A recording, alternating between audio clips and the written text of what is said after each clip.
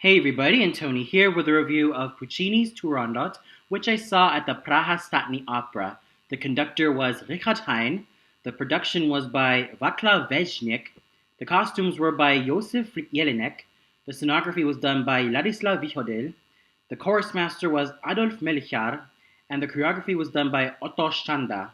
Now, I don't need to explain any further of why I love Puccini's Turandot and why I think it's one of the most demanding operas in all of Puccini's operas. But I will reiterate that the roles of Turandot and Kalaf are the most rewarding yet the most challenging roles in both the dramatic soprano and the dramatic tenor repertoire.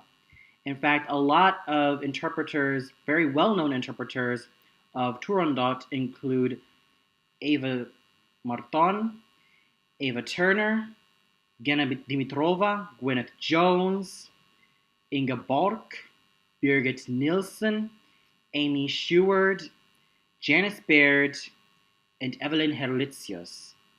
And the thing that makes Turandot a very demanding character in terms of vocally and theatricality is the fact that she needs to sing a high C here and a high C there, a lot of B's, A's, and a lot of these notes have to be sustained.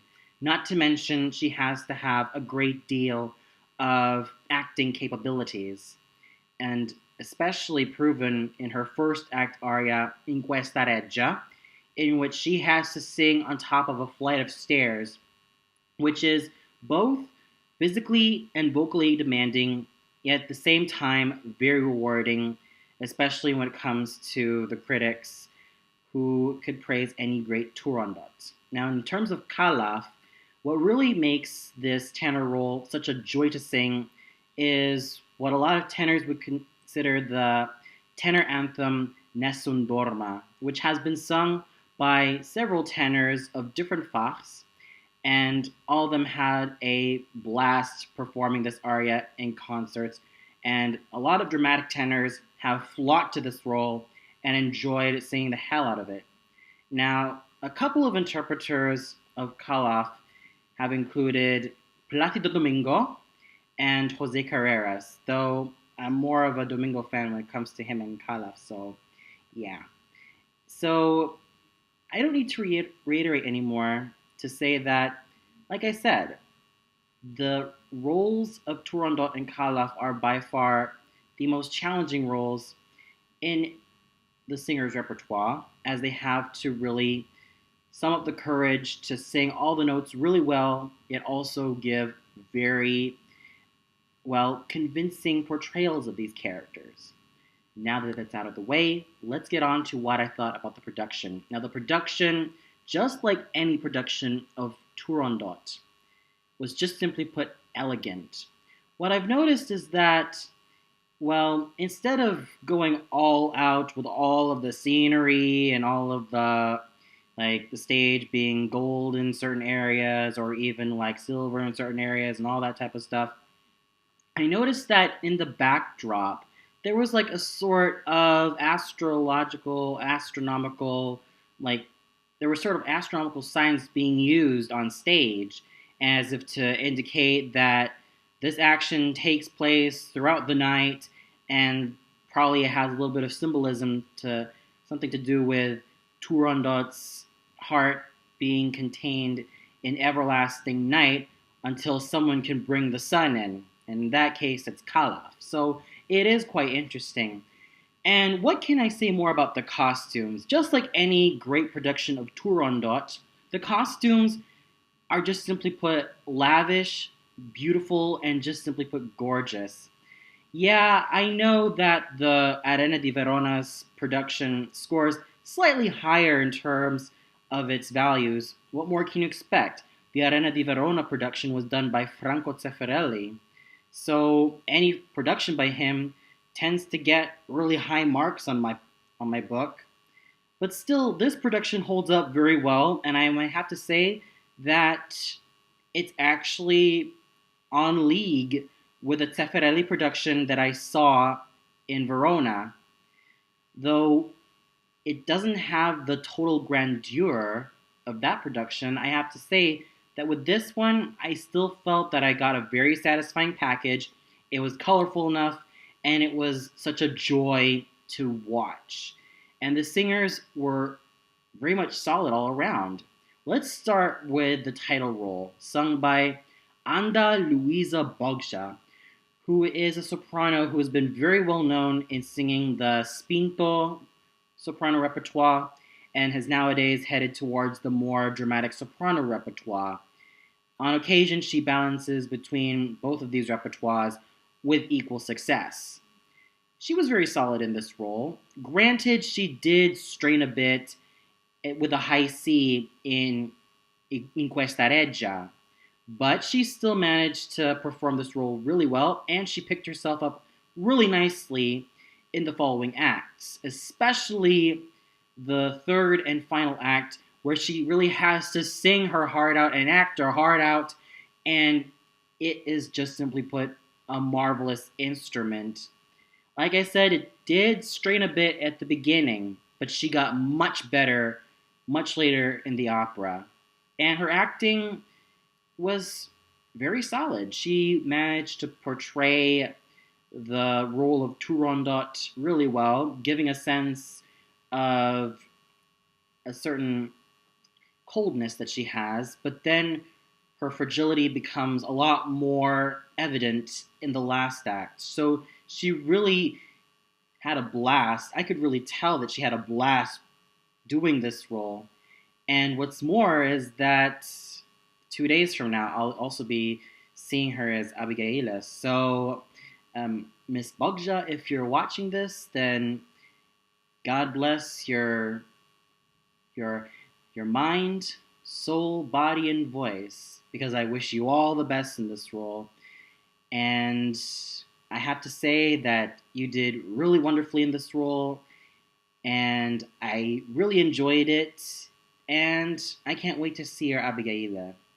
And in terms of her voice, granted, she may not have that extra bite that has made singers like Birgit Nilsson, Ingeborg, Amy Sherwood, Gena Dimitrova, Giovanna Cassola, and Eva Marton very well known in this role, but she sang the role very solidly with a very fine technique, and especially in the third act where she really blossomed very beautifully. So kudos to her on this role. And then we have Kalaf, sung by Michal Lehotsky. He was just wonderful. He basically specializes in a lot of the spinto and dramatic tenor repertoire, the likes of Canio from I Pagliacci, Otello, and Steva from Janacek's Janufa. I thought he did a very wonderful job as Kalaf. His singing was so Italianate in terms of voice, in terms of the ping of his high notes, and in terms of his theatricality. He sang the role of Kalaf with such great abandon that I was completely immersed. And not to mention, his Nessun Dorma was absolutely heavenly. I was almost bawling to tears when he finished his final Vincero. In fact, he got the hugest round of applause that he so wholeheartedly deserved. He was definitely at his top form, and it was such a joy to see him really sing his heart out with such great abandon and use the Italian style to his very advantage, because it's no secret that he's done a lot of roles in the Italian repertoire, and it's really shown in the experience that he has and in the diction that he also has. Granted, it's not totally perfect diction. There were some areas in which his diction almost sounded a bit un-Italianate because, well, he's a Slavic singer, but still, it can be all forgiven because he had such a stylistic and a very enjoyable Italianate voice that he used very well, and his diction, for the most part, was really good. He is actually on league with a lot of the great dramatic tenors of the past, the likes of Franco Corelli, Mario del Monaco, Carlo Bergonzi, um, and Plácido Domingo, Jose Carreras, and Giuseppe Di Stefano, and many, many other tenors that I could barely name from here on end. Still, he did a very solid job, and I would have to go out of my way and say that he was the best performer out of all the main roles.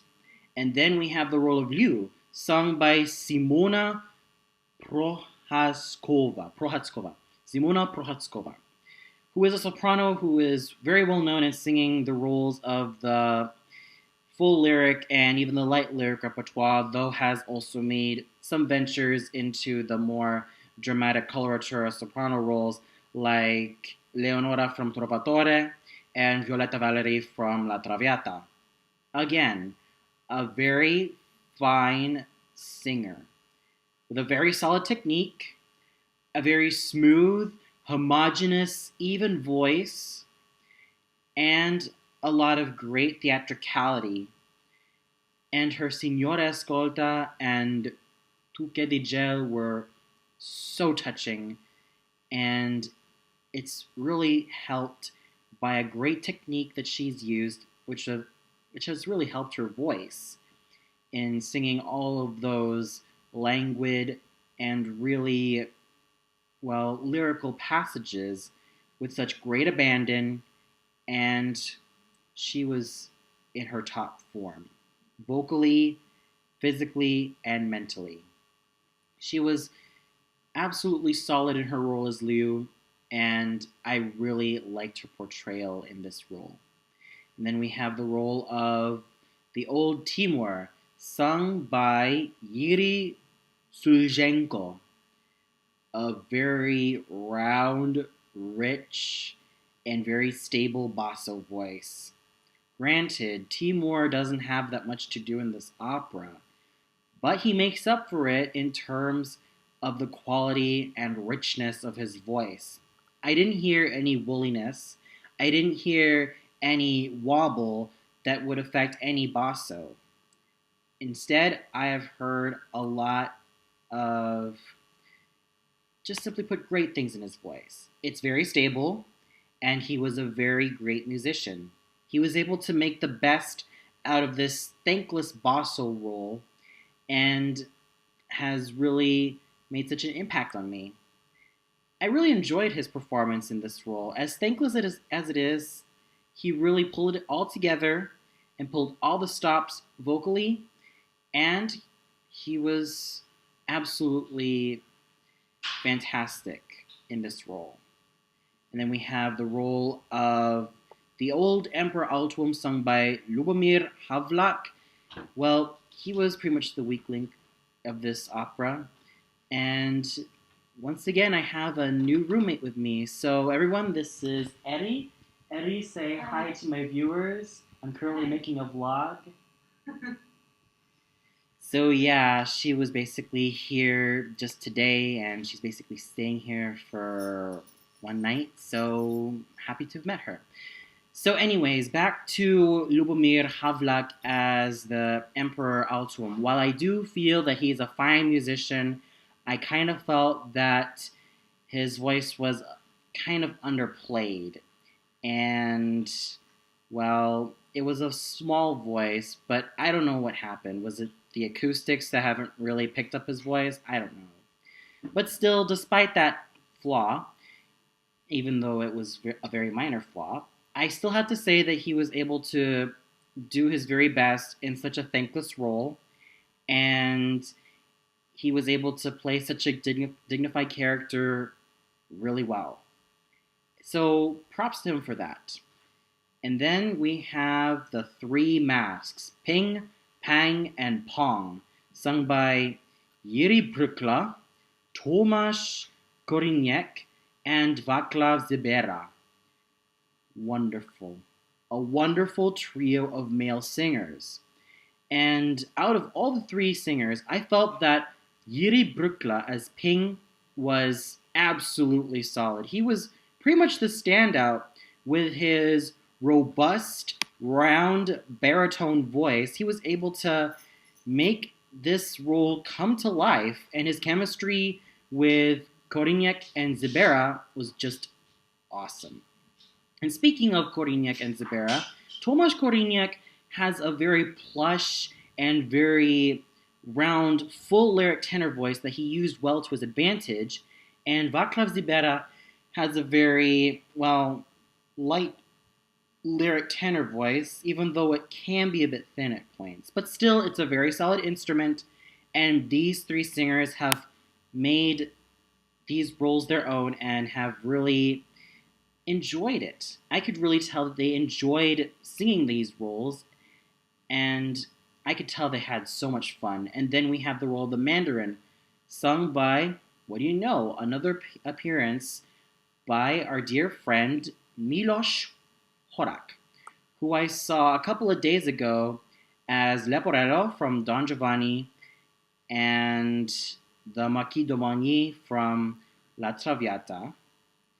And yeah, I think those were pretty much the two roles that I've seen him in so far. So yeah. Anyways, a very solid job singing the Mandarin. It was still a very solid, round, rich voice that had so much power and so much command and frisson that I was just so excited and so full of anticipation to simply see him on stage. So overall, what more can I say about this opera in terms of its production, singers, and also the conducting, which was very solid. I especially love the attention to detail in terms of the harp and in terms of a lot of the selected instruments in certain arias, mostly the harp for in Questa Reggia.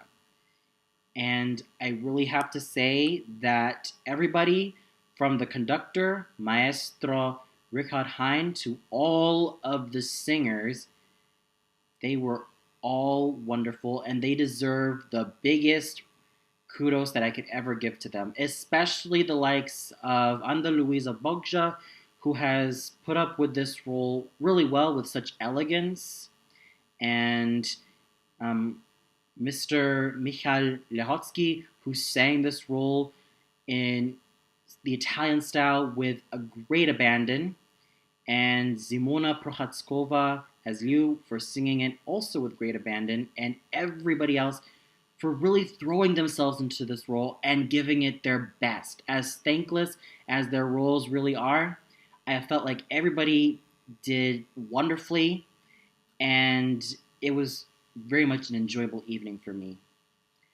Well, that's all for now. Be sure to tune in tomorrow where I review Bibichis Pod Arcuna, known in English as The Fall of Arcuna. And in fact, this is an opera that I am very excited to talk about. I have seen the previews where the conductor, John Fiore, was talking about the synopsis of this opera, the many relations that it has to like operas by Wagner and Verdi, and of course the interesting history that Eduard Fibich had as a composer. So I'm actually anticipating this opera so much, and until then,